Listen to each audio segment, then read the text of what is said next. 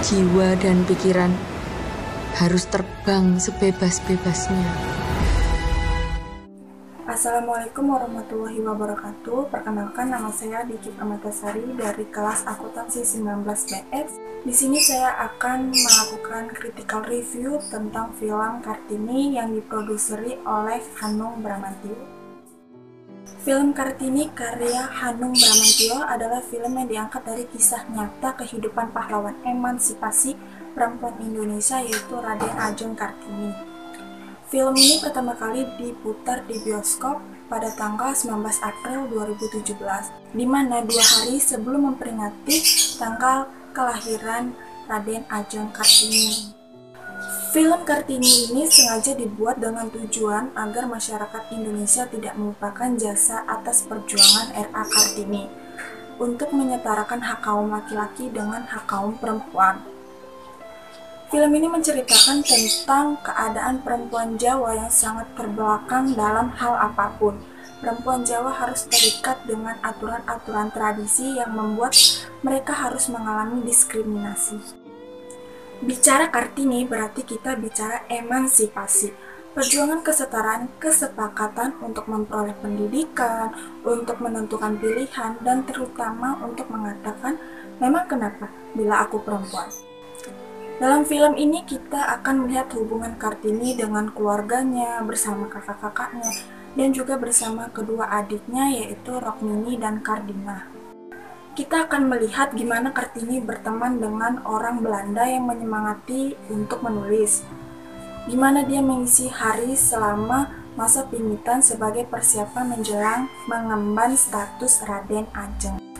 Kita memang nggak tahu seperti apa pembawaan Ibu Kartini aslinya, namun Dian Sastro, pemeran Kartini dalam film tersebut, udah pas memerani Kartini sebagai wanita yang berjiwa mandiri dan pemberontak.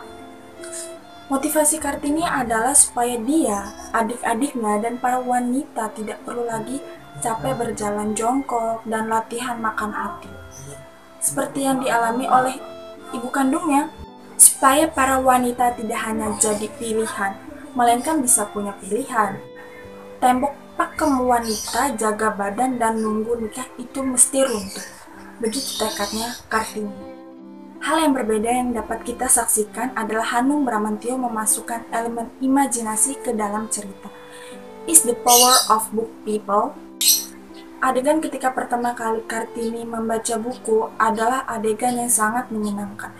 Buku-buku itulah yang menjadi penghubung Kartini dengan dunia luar, serta menyalakan gagasan-gagasan untuk mencerahkan dan memajukan masyarakat. Sosroningrat, ayahnya Kartini, memang tidak melarang anak-anaknya untuk menjelajahi dunia pengetahuan lewat buku-buku, dan mengambil keputusan untuk tidak menerapkan adat pimitan secara kaku terhadap anak-anak perempuannya. Dan Kartini adalah wanita pertama yang berani menentang peraturan Jawa pada era itu. Film ini berupaya mengoreksi posisi Kartini dalam catatan sejarah Indonesia lewat adegan-adegan yang menggambarkan upaya Kartini untuk mendidik rakyat miskin dan mengangkat harkat para pengrajin ukiran Jepara, serta kegigihannya untuk mendapatkan beasiswa. Kartini layak disebut sebagai tokoh yang menginspirasi semua orang, khususnya kaum muda zaman sekarang. Lalu dari segi pengambilan gambar, nah ini yang paling menarik. Teknik pengambilan gambar banyak dilakukan zoom in untuk pendetailan yang membuatnya menjadi keren. Selain itu ada juga shoot dari atas menggunakan drone. Kedua teknik tadi rasanya masih jarang setahu saya, karena biasanya shoot dari atas hanya untuk mengambil gambar perkotaan, kalau terutama di luar negeri. Tapi di film ini benar-benar tegak lurus dari atas untuk detail atau supaya feel-nya dapet gitu.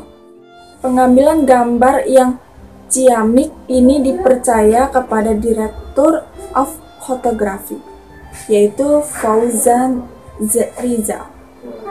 Dan setting lokasi yang keren dibesut oleh Art Director, yaitu Alan Sebastian. Sementara untuk pakaian yang digunakan para pemain cukup otentik dan wardrobe ini dipercaya kepada Retno Rati Damayanti. Saya sama sekali tidak mengetahui banyak hal tentang sejarah hidupnya Kartini. Misalnya saja saya baru tahu bahwa Trinil adalah nama kecil atau panggilan Kartini. Dan ternyata ia memiliki dua ibu, yaitu ibu kandung dan ibu tiri. Tentunya tidak mudah mengangkat cerita sejarah tahun 1870-an di era Kartini. Namun saya rasa film ini berhasil membuat saya seperti berada di masa lampau gitu. Lewat film ini saya tercengang melihat betapa diskriminatifnya perlakuan terhadap perempuan Jawa pada zaman masa itu. Sejarah selalu menarik ya untuk dipelajari lewat film. Semoga akan ada film Kartini 2, karena durasi 2 jam film ini kurang untuk menceritakan seluruh hidup Kartini.